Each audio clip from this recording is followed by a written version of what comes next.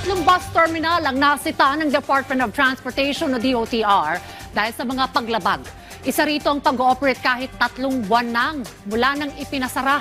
Yan ang ulat ni Gav Villegas.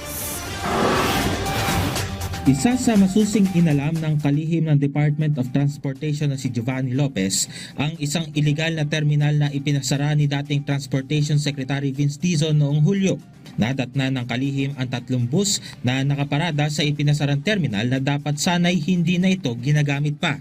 Kaya naman, ipinag-utos ni Secretary Lopez sa LTFRB ang pag-impound sa mga bus at posible ring bawian ng prangkisa at pagmultahin ang bus company dahil sa mga nakitang paglabag. Ang pasahero namang si Reyna na taga Cavite at uuwi sana patungong Northern Samar, nagulat na iligal ang terminal na kanyang pinuntahan. First time ko, matagal na ako pabalik-balik every 5 months na uwi ako.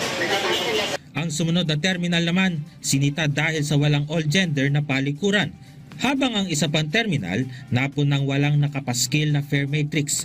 Wala ring maayos na breastfeeding area. Lahat ng yan, bahagi ng surprise inspection na isinagawa ng Department of Transportation sa pangunguna ni Secretary Giovanni Lopez bilang paghahanda sa inaasahan dagsa ng mga tao pagdating ng undas. Isa rin ang Parañaque Integrated Terminal Exchange sa kanyang mga ininspeksyon.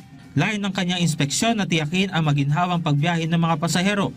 Alinsunod yan sa direktiba ni Pangulong Ferdinand R. Marcos Jr. Nabuti namin na gawing mas maaga para makita natin kung ano ba talaga ang kalagayan ng ating mga terminal. Magbibigay rin ang Land Transportation Franchising and Regulatory Board ng karagdagang special permit sa mga PUV. Pagdating ng araw ng undas o yung kasagsagan ng biyahe, at kung nagkulang, hindi maantala masyado o hindi maantala at all ang ating mga pasahero. Ang pamunuan naman ng PITX, inaasahan na mas kaunti ang mga uuwi ng mga probinsya ngayong taon dahil hindi natapat sa long weekend ang undas.